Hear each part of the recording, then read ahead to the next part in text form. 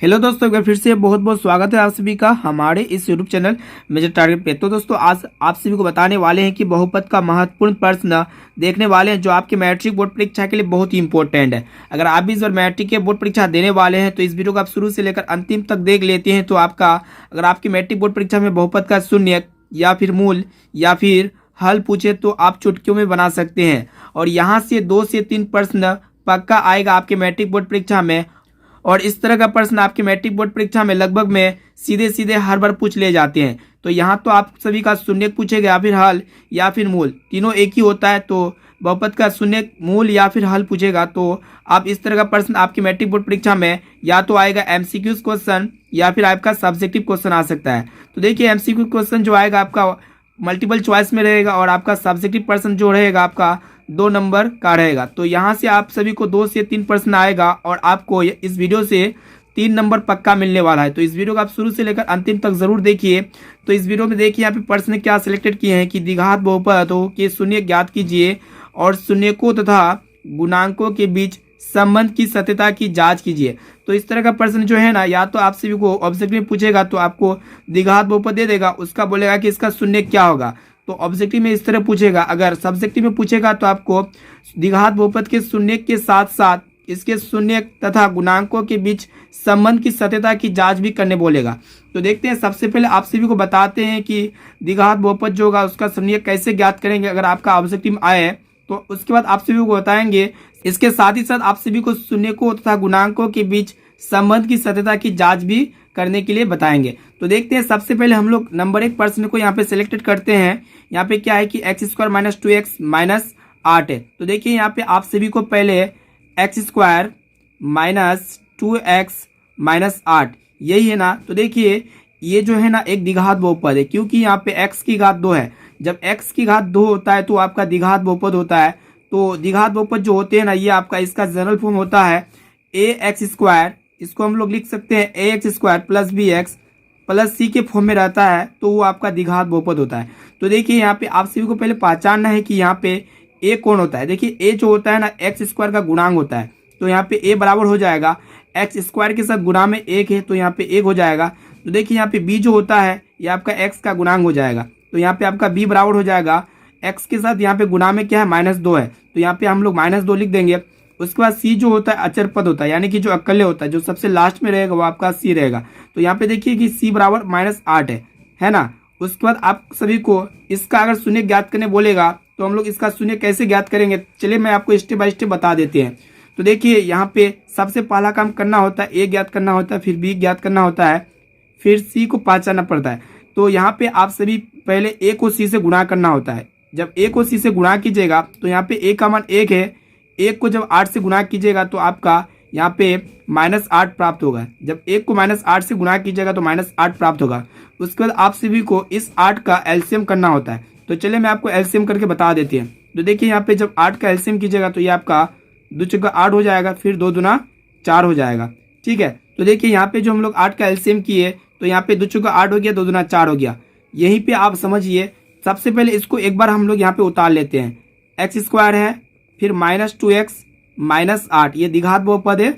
इसको सबसे पहले हम लोग 0 की इक्वलिटी करेंगे, ठीक है। और यहाँ पे -2x है ना, यहाँ पे ध्यान दीजिएगा कि यहाँ पे -2x है और यहाँ पे जोड़ने या घटाने से इसको ऐसा गुणा कीजिए, ऐसा इसको तोड़िए, जोड़ने या घटाने से -2 यहाँ पे प्राप्त होना चाहिए। तो देखिए हम लोग जब 2 दूना 4 में जब 2 को घटाते हैं तो आपका यहाँ पे -2 प्राप्त होता है। हालांकि इसमें हम लोग 2 तरीके से घटा सकते हैं, या तो 2 को 2 से गुणा करेंगे तो यहाँ पे आपका जब 4 में 2 को माइनस करेंगे तो यहाँ पे आपका 2 प्राप्त होता है। तो यहाँ पे माइनस में है ना, तो माइनस में करने के लिए हम लोग क्या करेंगे, इसके आगे माइनस का चिन्ह लगाएंगे और यहाँ पे हम लोग प्लस ले लेंगे, तभी यहाँ पे आपका माइनस का चिन्ह आएगा। हालांकि बड़ा जो होता है उसके आगे जो चिन्ह रहता है उसी का चिन्ह का प्रयोग किया जाता है। तो यहाँ पे साइन जो है माइनस में आएगा तब जब बड़ा के आगे माइनस लगाएंगे तब। तो देखिए उसके बाद आपको सभी को क्या करना होता है, यहाँ पे x² है ना, तो यहाँ पे हम लोग x² लिख देंगे। उसके बाद -2x की जगह हम लोग लिखेंगे -4x + 2x। तो यहाँ पे -2x की जगह हम लोग लिखने वाले हैं। तो देखिए यहाँ पे हम लोग -2x की जगह लिखने वाले -4x + 2x लिखेंगे, ठीक है, +2x, फिर माइनस है तो -8 लिख देंगे, बराबर 0 कर देंगे। देखिए यहाँ पे हम लोग माइनस लिखे, ध्यान दीजिएगा, x² - 4x + 2x - 8। तो देखिए आप सभी को कॉमन लेने आता होगा। तो यहाँ पे एक्स स्क्वायर है और यहाँ पे एक्स है, तो यहाँ पे एक्स स्क्वायर और एक्स में कॉमन आपका हो जाएगा एक्स। तो यहाँ पे अंदर में बचता है एक्स, फिर माइनस का चिन्ह है तो माइनस का चिन्ह दे देंगे, यहाँ पे आपका 4 बचता है। तो देखिए यहाँ पे प्लस है, उसके बाद यहाँ पे 2 और 8। तो देखिए यहाँ पे प्लस है तो यहाँ पे हम लोग प्लस लिख देंगे। 2 और 8 में आपका कॉमन आ जाएगा 2, तो यहाँ पे आपका बचता है एक्स। तो यहाँ पे अंदर में आपका बचता है 2 का पढ़ा में 8 4 बार में आता है, इसीलिए यहाँ पे 4 होगा बराबर 0। तो देखिए यहाँ पे हम लोग मिलाएंगे कि यहाँ मैच करेंगे। अगर यहाँ पे x माइनस 4, उसके बाद यहाँ पे x माइनस 4 आ गया है, तो ये आपका ये जो है यहाँ पे आपका गुणनखंड यहाँ तक आपका मैथ्स जो है सही जा रहा है। तो देखिए उसके बाद आप सबको क्या करना होता है कि x माइनस 4 दोनों में से कोई एक को लेना पड़ता है। तो यहाँ पे हम लोग x माइनस 4 को ले लेंगे, उसके बाद यहाँ पे x प्लस 2 को लेना होता है। तो यहाँ पे हम लोग x प्लस 2 को ले लेंगे, बराबर इसको 0 की इक्वलिटी करेंगे। तो देखिए यहाँ पे x माइनस 4 जो है ये 0 के बराबर है और x प्लस 2 भी जो है ये 0 के बराबर है। तो सबसे पहले हम लोग क्या करेंगे कि x माइनस 4 को 0 के बराबर कर देंगे, फिर हम लोग x प्लस 2 को 0 की इक्वलिटी करेंगे। तो देखिए यहाँ पे x बराबर आपका क्या हो जाएगा, तो देखिए यहाँ पे x बराबर आपका हो जाएगा, जब माइनस 4 है तो जब उधर जाएगा आपका तो यहाँ पे 4 हो जाएगा, फिर यहाँ पे x बराबर हो जाएगा, जब प्लस 2 है जब बराबर के उधर जाता है 0 की तरफ जाएगा तो यहाँ पे आपका माइनस 2 प्राप्त होगा। तो यहाँ पे आप सभी का जो है x का मान 4 प्राप्त हो गया है और यहाँ पे आप सभी का x का मान माइनस 2 प्राप्त हो गया है। तो इस तरह आप शून्य ज्ञात कर सकते हैं बहुत ही आसान तरीका से। अगर आपको समझ में नहीं आए तो यहाँ से यहाँ तक आप वीडियो को दोबारा यानी कि बैक कीजिएगा, उसके बाद देख लीजिएगा, आपको पूरा समझ में आ जाएगा। तो देखिए यहाँ पे उसके बाद हम लोग क्या करेंगे कि x का मान 4 आ गया, उसके बाद आप सभी का x का मान माइनस 2 आया है। तो देखिए यहाँ पे हम लोग बहुपद के शून्य ज्ञात कर चुके हैं। नंबर 1 का जो प्रश्न का बहुपद का शून्य ज्ञात कर चुके हैं और इसमें और एक प्रश्न कह रहा है कि शून्यकों तथा गुणांकों के बीच संबंध की सत्यता की जांच करना है। यानी कि आप सभी को यहाँ पे संबंध की सत्यता की क्या करना है, जांच करना है। तो चलिए मैं आप सभी को यहीं पे बता देते हैं साइड में जांच करके। तो देखिए यही नंबर 1 का जांच करेंगे, x square minus 2x minus 8 का जांच करने वाले हैं। तो यहाँ पे आप लिख दीजिए कि शून्यकों की संबंध की सत्यता की जांच, ठीक है, या फिर आप लिख सकते हैं कि संबंध की सत्यता की जांच, संबंध की। तो यहाँ पे सबसे पहले आप सभी को जांच करने के लिए यहाँ पे लिखना होता है कि संबंध की सत्यता की जांच। 2 शून्य प्राप्त हो चुका है, एक 4 आया हुआ है, एक आपका माइनस 2 आया हुआ है, तो इसका जांच करना है। तो सबसे पहले हम लोग क्या करेंगे कि शून्यकों का योग करेंगे, शून्यकों का योग, यानी कि दोनों शून्यकों को हम लोग डायरेक्टली जोड़ देंगे। शून्यकों का योग, शून्यकों का योग का अर्थ होता है कि दोनों शून्य को हम लोग यहाँ पे डायरेक्टली जोड़ने वाले हैं। तो देखिए यहाँ पे पहला शून्य का मान आया हुआ है 4, फिर प्लस देंगे, योग का मतलब होता है प्लस, यानी कि ऐड करेंगे दोनों को। उसके बाद दूसरा शून्य का मान आया हुआ है माइनस 2, जब प्लस यानी कि 4 में जब प्लस माइनस 2 को घटाएंगे तो देखिए यहाँ प्लस माइनस घटता है, तो 4 में जब 2 घटेगा तो यहाँ पे आपका 2 प्राप्त हुआ, ठीक है। उसके बाद आप सभी को यहाँ पे करना होता है शून्यकों का गुणनफल, शून्यकों का गुणनफल। तो देखिए यहाँ पे जब आप शून्यकों का गुणनफल कीजिएगा तो चलिए मैं आप सभी को गुणनफल करके बता देते हैं। यानी कि दोनों शून्यकों को डायरेक्टली आपको गुणा करना होता है। यहाँ पे पहला शून्य 4 प्राप्त हुआ, दूसरा शून्य माइनस 2, जब 4 को जब माइनस 2 से गुणा कीजिएगा तो यहाँ पे 4 दूना 8 हो जाएगा। तो यहाँ पे आप सभी का शून्यकों का योग जब दोनों शून्यकों को डायरेक्टली जोड़े तो यहाँ पे आप सभी का 2 प्राप्त हुआ है। शून्यकों का जब गुणनफल किए तो यहाँ पे गुणनफल माइनस 8 प्राप्त हुआ है, ठीक है। इसके बाद यहाँ पे सबसे पहले अब यहाँ पे अब लिख दीजिएगा, फिर यहाँ पे हम लोग देखने वाले हैं, अब हम लोग फॉर्मूला के अकॉर्डिंग इसको देखेंगे, जांचेंगे। यहाँ पे शून्यकों का योग किए तो 2 आया, इसके बाद हम लोग शून्यकों का योग या फिर हम लोग फॉर्मूला के अकॉर्डिंग जिसे हम लोग कहते हैं योग को हम लोग कहते हैं अल्फा प्लस बीटा। तो देखिए आप सभी को पता होगा कि अल्फा प्लस बीटा बराबर जो होता है माइनस बी बटे ए होता है, ठीक है। तो यहाँ पे माइनस पहले से, तो यहाँ पे हम लोग माइनस दे देंगे। बी जो होता है ये एक्स का गुणांक होता है। तो देखिए यहाँ पे बी का मान कितना है, माइनस 2 है, तो यहाँ पे हम लोग माइनस 2 बैठाने वाले हैं, बटे ए का मान यहाँ पे आपका 1 प्राप्त हुआ है, तो यहाँ पे बटे 1 हो गया। तो देखिए माइनस माइनस प्लस होता है, तो यहाँ पे प्लस 2 हो गया, 2 बटे 1, 2 बटे 1 का अर्थ होता है 2। यहाँ पे शून्यकों का योग कितना प्राप्त हो गया, 2 प्राप्त हो गया। फिर उसी प्रकार हम लोग शून्यकों का गुणनफल प्राप्त करेंगे फॉर्मूला के अकॉर्डिंग, यानी कि फॉर्मूला के थ्रू से। तो यहाँ पे हम लोग प्राप्त करने वाले हैं शून्यकों का गुणनफल, शून्यकों का गुणनफल। तो देखिए शून्यकों का जो गुणनफल होता है वो आपका अल्फा इंटू बीटा होता है, जिसे हम लोग कहते हैं, इसका फॉर्मूला होता है अल्फा इंटू बीटा बराबर जो होता है सी बटे ए होता है। तो देखिए सी जो होता है आपका अचर पद होता है, यहाँ पे आपका सी प्राप्त हुआ है -8, तो यहाँ पे हम लोग लिखेंगे -8 बटे ए का मान प्राप्त हुआ है आपका 1। तो देखिए -8 बटे 1 का अर्थ होता है -8। तो देखिए यहाँ पे जब हम लोग डायरेक्टली दोनों शून्यों को जोड़े तो यहाँ पे आपका 2 प्राप्त हुआ है। उसके बाद फॉर्मूला के अकॉर्डिंग जोड़े तो यहाँ पे आप सभी का 2 प्राप्त हुआ है। उसके बाद यहाँ पे देखिए कि जब दोनों शून्य को गुना किए तो यहाँ पे -8 प्राप्त हुआ है। उसी को जब हम लोग फॉर्मूला के अकॉर्डिंग यानी कि शून्यों का गुणनफल अल्फा इंटू बीटा किए तो यहाँ पे -8 प्राप्त हुआ है। तो देखिए यहाँ पे 2, यहाँ पे भी 2, उसके बाद यहाँ पे भी 8 -8 और उसके बाद यहाँ पे भी -8। इससे यह स्पष्ट होता है कि दोनों शून्य का संबंध जो है यही है। ठीक है, यानी कि ये हमारे जो यहाँ पे शून्य जो ज्ञात किए यहाँ बिल्कुल सही शून्य आया हुआ है, क्योंकि यहाँ पे शून्यकों का जब हम लोग दोनों का योग किए यहाँ से बिना फॉर्मूला के द्वारा तो यहाँ पे 2 प्राप्त हुआ है। जब फॉर्मूला के द्वारा किए तो यहाँ पे भी 2 प्राप्त हुआ है। जब दोनों शून्यकों को गुना किए तो यहाँ पे -8 प्राप्त हुआ है। इसी प्रकार जब दोनों को शून्यकों को गुना किए यानी कि ये फॉर्मूला के अकॉर्डिंग तो यहाँ पे आपका -8 प्राप्त हुआ है। जब दोनों जगह सेम प्राप्त होना तो ये आपका होता है शून्यकों का संबंध की सत्यता की जांच। तो इस तरह बनाइए, आपके मैट्रिक बोर्ड परीक्षा में आपसे फुल मार्क्स मिल जाएगा। अब आइए दूसरा प्रश्न को देखते हैं। तो देखिए यहाँ पे दूसरा प्रश्न जो है 4s² - 4s + 1 का इसका शून्य ज्ञात करने वाले हैं और इसके शून्य ज्ञात करने के बाद हम लोग इसका संबंध की सत्यता की जांच भी करने वाले हैं। तो सबसे पहले आप सभी को यहाँ पहचानना होता है कि ये ax² + bx + c के फॉर्म में है कि नहीं है। अगर ax² + bx + c के फॉर्म में है तो वो आपका द्विघात बहुपद है, तो इसका हम लोग शून्य आसानी से ज्ञात कर सकते हैं।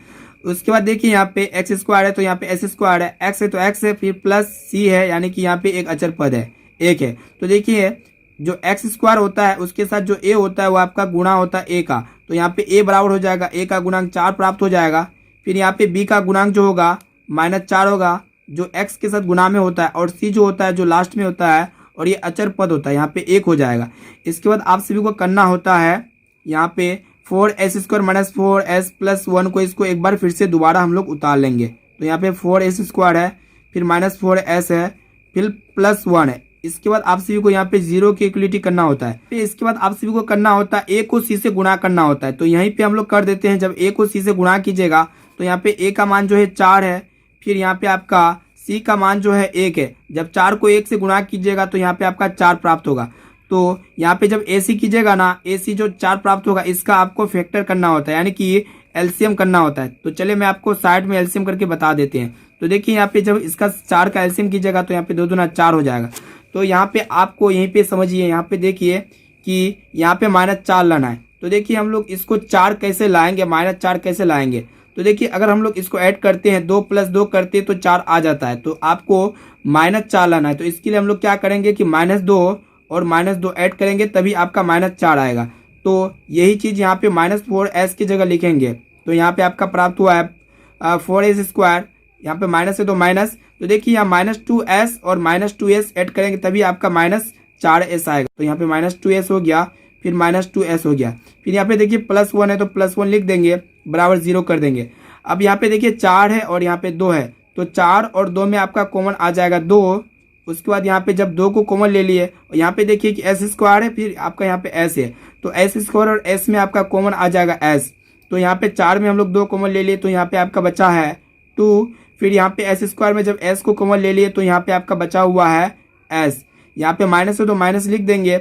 यहाँ पे 2s दोनों कॉमन ले लिए तो यहाँ पे आपका 1 बचा हुआ है। तो देखिए यहाँ पे -2s और +1 में जब कुछ कॉमन नहीं आएगा तो हम लोग यहाँ पे 1 कॉमन ले सकते हैं। तो यहाँ पे माइनस है तो माइनस लिख देंगे। फिर यहाँ पे 1 कॉमन ले लिए हैं तो यहाँ पे आप सभी का आ जाएगा 2s। उसके बाद देखिए यहाँ पे प्लस लाना है तो कैसे प्लस आएगा, यहाँ पे ध्यान दीजिए, यहाँ माइनस है तो यहाँ पे आपका माइनस होगा ही।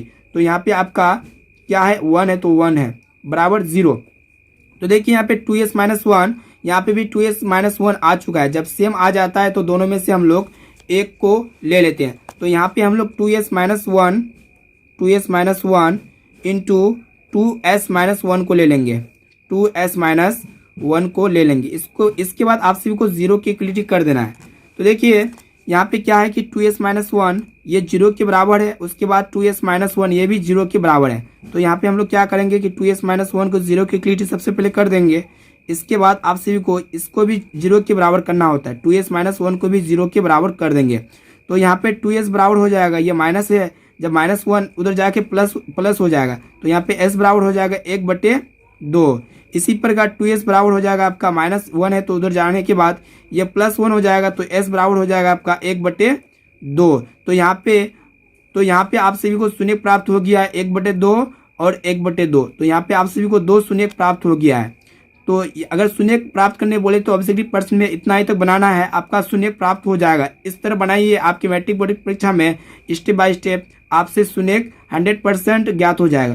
तो देखिए इसके बाद आप सभी को क्या करना होता है, संबंध की सत्यता की जांच करना होता है। अगर आपके मैट्रिक बोर्ड परीक्षा में सब्जेक्टिव प्रश्न पूछेगा, शून्य की सत्यता की जाँच करने बोलेगा, तो हम लोग यहाँ पे क्या करेंगे कि संबंध की सत्यता की जाँच यहाँ पे साइड में कर लेंगे, या फिर इसके नीचे भी कर सकते हैं। तो यहाँ पे हम लोग लिखेंगे संबंध की सत्यता की जांच, सत्यता। तो देखिए यहाँ पे हम लोग संबंध की सत्यता की जांच करने वाले हैं। हालांकि यहाँ पे शून्य 2 प्राप्त हो चुका है, 1/2 और 1/2। तो संबंध की सत्यता की जांच के लिए सबसे पहले हम लोग क्या करते हैं कि दोनों शून्य को ऐड कर देते हैं डायरेक्टली। तो यहाँ पे हम लोग लिखेंगे, यहाँ पे अब लिखेंगे अब शून्यकों का योग, शून्यकों का। तो यहाँ पे हम लोग शून्यकों का योग डायरेक्टली करेंगे। पहला शून्य के 1/2, तो यहाँ पे 1/2 लिखेंगे, फिर दूसरा शून्य के 1/2, तो प्लस 1/2 हो जाएगा। तो देखिए जब दोनों शून्य को ऐड कीजिएगा तो यहाँ पे 2 हो जाएगा, ऊपर में भी 1 + 1 यानी कि 2 हो जाएगा। जब दोनों को काटेगा तो यहाँ पे आपका शून्यकों का योग 1 प्राप्त हो गया है। इसके बाद आपको डायरेक्टली दोनों शून्यकों को गुणा करना होता है। तो यहाँ पे हम लोग दोनों शून्यकों को गुणा करने वाले हैं। तो यहाँ पे लिखेंगे शून्यकों का गुणनफल, शून्यकों का गुणनफल। तो देखिए शून्यकों का गुणनफल यानी कि दोनों शून्य को डायरेक्टली हम लोग गुणा करने वाले हैं। 1/2 को जब 1/2 से गुणा कीजिएगा तो यहाँ पे आपका 1 × 1 यानी कि 1 प्राप्त हो जाएगा। फिर यहाँ पे 2 × 2 यानी कि यहाँ पे आपका 4 प्राप्त हो जाएगा। तो यहाँ पे डायरेक्टली जब दोनों शून्यकों को गुणा योग किए तो यहाँ पे 1 प्राप्त हुआ है। जब डायरेक्टली दोनों शून्यकों को गुणा किए तो यहाँ पे आपका 1/4 प्राप्त हुआ है। इसके बाद आप सभी को फॉर्मूला के अकॉर्डिंग ज्ञात करना होता है। तो यहाँ पे लिखेंगे फिर। तो देखिए फिर में आपको क्या करना है कि फॉर्मूला के अकॉर्डिंग, तो यहाँ पे हम लोग लिखने वाले हैं शून्यकों का योग। तो देखिए यहाँ पे हम लोग फॉर्मूला के अकॉर्डिंग ज्ञात करेंगे शून्यकों का योग, यानी कि जिससे हम लोग कहते हैं अल्फा प्लस बीटा। तो देखिए अल्फा प्लस बीटा बराबर जो होता है आपका -b/a होता है। तो यहाँ पे माइनस पहले से, तो यहाँ पे हम लोग माइनस लिख देंगे। b का मान देखिए यहाँ पे कि b का मान -4 है, तो यहाँ पे हम लोग -4 लिख देंगे, -4/a का मान देखिए यहाँ पे 4 है, तो यहाँ पे हम लोग 4 लिख देंगे। तो देखिए यहाँ पे क्या होगा कि माइनस माइनस प्लस हो जाएगा, यानी कि ऊपर में बचेगा आपका 4, नीचे में भी 4, तो 4 कैंसिल होकर आपका 1 प्राप्त हो जाएगा। इसके बाद आप सभी को फॉर्मूला के अकॉर्डिंग शून्यकों का गुणनफल ज्ञात करना होता है। तो देखिए यहाँ पे हम लोग शून्यकों का गुणनफल यानी कि अल्फा इंटू बीटा बराबर जो होता है c/a होता है। तो देखिए यहाँ पे c का मान कितना है, एक अचर पद होता है, यहाँ पे c का मान जो है 1 लिए है, तो यहाँ पे 1 हो जाएगा। फिर a का मान जो यहाँ पे आपका है 4, यानी कि जब हम लोग यहाँ पे ऐड किए दोनों शून्य को डायरेक्टली फॉर्मूला के अकॉर्डिंग नहीं, विदाउट फॉर्मूला के अकॉर्डिंग, तो यहाँ पे आपका 1 आया हुआ है शून्यकों का योग में। इसी प्रकार जब शून्यकों का गुणनफल किए तो यहाँ पे आपका 1/4 आया हुआ है डायरेक्टली विदाउट फॉर्मूला का। फिर हम लोग जब फॉर्मूला के अकॉर्डिंग देखें तो यहाँ पे अल्फा प्लस बीटा की, यानी कि जो जब दोनों शून्यकों को योग किए तो यहाँ पे आपका 1 प्राप्त हुआ है। फिर इसी प्रकार जब हम लोग शून्यकों का गुणनफल अल्फा इंटू बीटा किए तो यहाँ पे भी आप लोग का 1/4 प्राप्त हुआ है। तो देखिए योग में यहाँ पे 1 प्राप्त हो गया है। इसके बाद जब फॉर्मूला के अकॉर्डिंग किए तो यहाँ पे भी 1 प्राप्त हो गया है। जब शून्यकों का गुणनफल किए यहाँ पे डायरेक्टली तो 1/4 प्राप्त हुआ है। जब इसको हम लोग फॉर्मूला के अकॉर्डिंग किए तो यहाँ पे भी 1/4 प्राप्त हो गया है।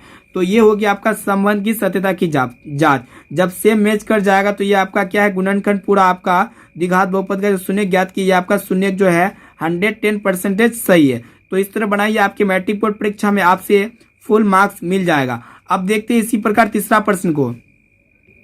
अब आइए देखिए यहाँ पे तीसरा प्रश्न जो हमारा है 6x² - 3 - 7x।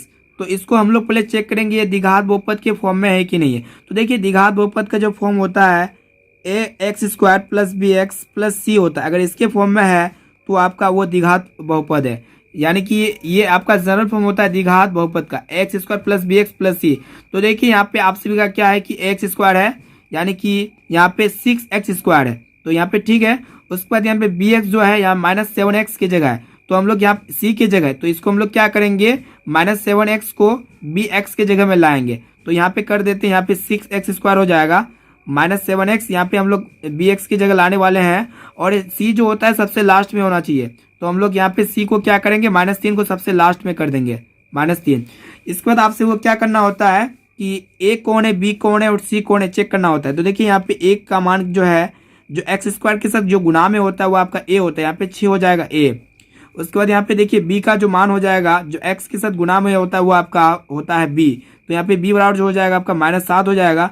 इसके बाद जो है आपका c का जो मान हो जाएगा -3 हो जाएगा। तो देखिए यहाँ पे -3 c का मान प्राप्त हो गया है। तो यहाँ पे a का मान 6, b का मान -7 और c का मान जो है -3 प्राप्त हो गया है। इसके बाद आपसे वो करना होता है a को c से गुणा करना होता है। तो यहाँ पे जब a को c से गुणा कीजिएगा, यहाँ पे a का मान 6 है, फिर यहाँ पे c का मान -3 है, तो जब दोनों को गुणा कीजिएगा तो यहाँ पे 6 18 -18 प्राप्त हो जाएगा।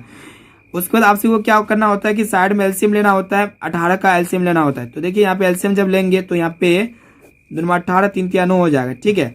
तो इसके बाद आपसे को ये वाला जो है ये द्विघात बहुपद, इसको दोबारा फिर यहाँ पे उतार लेना होता है। तो यहाँ पे 6x² -7x -3 बराबर 0 की इक्वलिटी करना होता है। तो देखिए यहाँ पे आपको -7x लाना है। तो इसके लिए हम लोग क्या करेंगे, यहाँ पे इसको ऐसे गुणा कीजिए, घटाने या जोड़ने से आपका यहाँ पे -7x प्राप्त होना चाहिए। तो देखिए यहाँ पे जब 3 3 9 करते हैं, यानी कि 9 में जब हम लोग 2 को घटा देते हैं तो यहाँ पे आप सभी का -7x प्राप्त हो जाता है। तो हम लोग इसको जो है ना 2 तरीके से घटा सकते हैं। जब हम लोग डायरेक्टली 3 3 9 यानी कि 9 में जब हम लोग 2 को घटाते हैं तो यहाँ पे भी आपका 7 प्राप्त होता है, लेकिन यहाँ पे आप सभी को -7 प्राप्त करना है। तो इसके लिए हम लोग क्या करेंगे, जो बड़ा है उसके आगे माइनस लगाएंगे और जो छोटा है इसके आगे प्लस लगाएंगे। तो देखिए यहाँ पे ऋणात्मक और धनात्मक हमेशा घटता है और चिन्ह जो आता है, जो बड़ी संख्या होता है उसके आगे वही चिन्ह आता है। देखिए यहाँ पे बड़ी संख्या क्या है, 9 है, इसके आगे माइनस का चिन्ह आएगा, ठीक है। तो यहाँ पे -7 प्राप्त हो गया है। तो हम लोग क्या करेंगे, -7x की जगह क्या लिखेंगे, -9x + 2x। तो चलिए मैं आपको लिख के बता देते हैं। यहाँ पे आप सभी को लिखना होता है 6x² है तो 6x² लिख देंगे। -7x की जगह आप सभी को लिखना होता है -9x + 2, उसके बाद -3 बराबर 0। तो देखिए यहाँ पे आप सभी को कॉमन लेना होता है कि 6 और 9 में कॉमन आएगा, जो 3 का पढ़ा में जाएगा, यहाँ पे 3 कॉमन हो जाएगा और यहाँ पे x² है, उसके बाद यहाँ पे x है। तो x² और x में कॉमन हो जाएगा आपका x। तो यहाँ पे आपका बचता है 3 दूना 6, यहाँ पे x² है, यहाँ x² में जब हम लोग x को कॉमन ले लें तो यहाँ पे अंदर में बचेगा x, फिर माइनस है तो माइनस दे देंगे। तो देखिए यहाँ पे जब 9 में 3 को कॉमन ले लिए तो यहाँ पे अंदर में बचेगा 3, x को तो कॉमन ले ही लिए। उसके बाद यहाँ पे देखिए जब 2 यहाँ पे 2x होगा, यहाँ पे 2x होगा, देखिए यहाँ पे x -3 है। तो देखिए 2x और -3 में कुछ भी कॉमन नहीं आएगा तो हम लोग क्या करेंगे, यहाँ पे एक कॉमन ले लेंगे। उसके बाद यहाँ पे आपसे वो करना होता है 2x -3 लिखना होता है, 2x -3 बराबर 0। तो देखिए यहाँ पे 2x -3 यहाँ पे भी प्राप्त हो गया है और यहाँ पे भी 2x -3 प्राप्त हो गया है, यानी कि यहाँ तक आप सही आ गए हैं। उसके बाद देखिए दोनों में से एक चीज को उतार लेना होता है। देखिए यहाँ पे 2x -3 को उतार लेंगे। अब यहाँ पे 3x + 1 को उतारना होता है, तो यहाँ पे हम लोग 3x + 1 को उतार लेंगे। इसके बाद आप सभी को दोनों को 0 की इक्वलिटी करेंगे। तो देखिए यहाँ पे क्या है कि 2x -3 है ना, इसको हम लोग 0 के बराबर करेंगे, 2x -3 बराबर 0 हो जाएगा। फिर यहाँ पे क्या करेंगे कि 3x + 1 को 0 के बराबर कर देंगे, 3x + 1 बराबर 0। तो यहाँ पे आप सभी का क्या हो जाएगा, 2x बराबर हो जाएगा आपका, 2x बराबर -3 है ना, उधर जाने के बाद आपका क्या हो जाएगा, +3 हो जाएगा। तो यहाँ पे आप सभी का हो जाएगा x बराबर, ये 2 गुना में, जब गुना में होता है तो ये इधर आके बटे हो जाएगा, तो 3/2 यहाँ पे पहला शून्य प्राप्त हो गया। इसी प्रकार इसको भी हम लोग बनाएंगे, 3x बराबर हो जाएगा आपका +1, इधर आने के बाद आपका -1 हो जाएगा। तो यहाँ पे x बराबर हो जाएगा -1/3, गुना में इधर आने के बाद बटे हो जाएगा।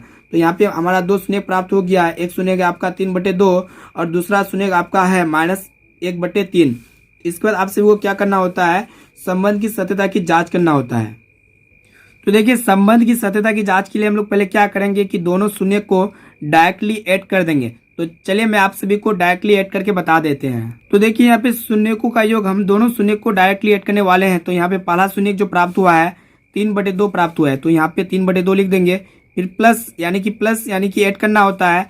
फिर यहाँ पे दूसरा शून्य जो है -1/3 है, तो यहाँ पे -1/3 लिख देंगे। तो देखिए यहाँ पे 2 है, उसके बाद यहाँ पे 3 है, तो यहाँ पे 2 और 3 का एलसीएम लेंगे तो 3 दूना 6 हो जाएगा। अब देखिए 2 का पढ़ा में 6 3 बार में आता है, तो यहाँ पे 3 को जब 3 से गुणा करेंगे तो यहाँ पे आपका 9 आएगा।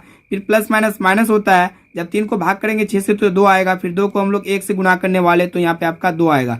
जब 9 में जब 2 को माइनस करेंगे तो यहाँ पे आपका 7 प्राप्त हो जाएगा, यानी कि 7/6 प्राप्त हो जाएगा। ठीक है, अब दोनों शून्य को हम लोग क्या करेंगे, डायरेक्टली गुना कर देंगे। तो यहाँ पे पहला शून्य प्राप्त हुआ है 3/2 और दूसरा शून्य प्राप्त हुआ है -1/3। तो यहाँ पे आपका हो जाएगा 3/2 गुना, फिर दूसरा शून्य प्राप्त हुआ है -1/3। तो यहाँ पे हम लोग लिखेंगे -1/3। अगर यहाँ पे कैल्सियम होगा तो यहाँ पे हम लोग कैंसिल कर देंगे, तो हालांकि यहाँ पे 3 से 3 कैंसिल हो जाएगा। तो देखिए यहाँ पे ऊपर में आपका -1 बच रहा है, उसके बाद नीचे में आपका 2 बच रहा है। तो देखिए ऊपर में आपका क्या बचा, -1, उसके बाद नीचे में आपका बचा यहाँ पे 2। ठीक है, यानी कि -1/2। अब फिर हम लोग क्या करने वाले हैं कि दोनों शून्य को फॉर्मूला के अकॉर्डिंग ऐड करने वाले हैं।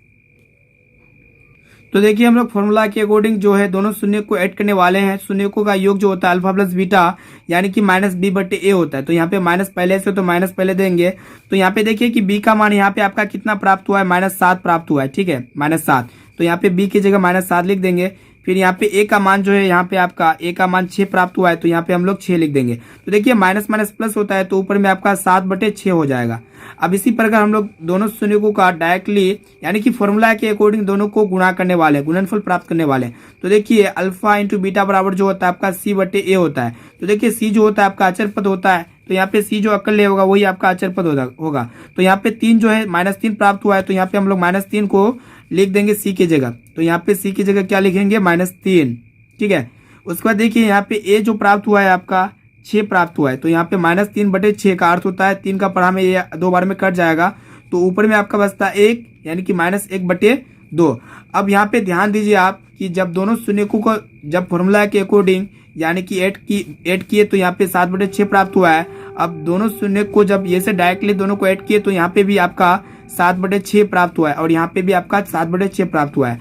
इसी प्रकार जब दोनों शून्य को फॉर्मूला के अकॉर्डिंग गुणा किए तो यहाँ पे आपका -1/2 प्राप्त हुआ है और यहाँ पे हम लोग जब दोनों शून्य को गुणा किए तो यहाँ पे आपका -1/2 प्राप्त हुआ है। तो ये हुआ आपका संबंध की सत्यता की जांच। तो इस तरह बनाइए, आपकी मैट्रिक बोर्ड परीक्षा में आपसे एक भी प्रश्न नहीं छूटेगा। तो दोस्तों इस वीडियो को अपने दोस्तों में एक बार जरूर शेयर करना। अगर आपको वीडियो अच्छा लगे तो इसे आप ज़्यादा से ज़्यादा शेयर करें, ताकि आपके मैट्रिक बोर्ड परीक्षा में जितने भी स्टूडेंट्स सभी स्टूडेंट्स अब से अपने मैट्रिक बोर्ड परीक्षा में अच्छे से अच्छे मार्क्स ला सके। तो दोस्तों आज के लिए इतना ही, फिर मिलते हैं जल्दी अगले वीडियो पे। अगर इसका पार्ट 2 चाहते हैं तो इसी वीडियो के डिस्क्रिप्शन बॉक्स में मैं आपको पार्ट 2 का वीडियो का लिंक दे देंगे और आप हमें कमेंट से बताना कि ये पार्ट 2 आपको चाहिए कि नहीं चाहिए। तो दोस्तों आज के लिए इतना ही, फिर मिलते हैं जल्दी अगले वीडियो।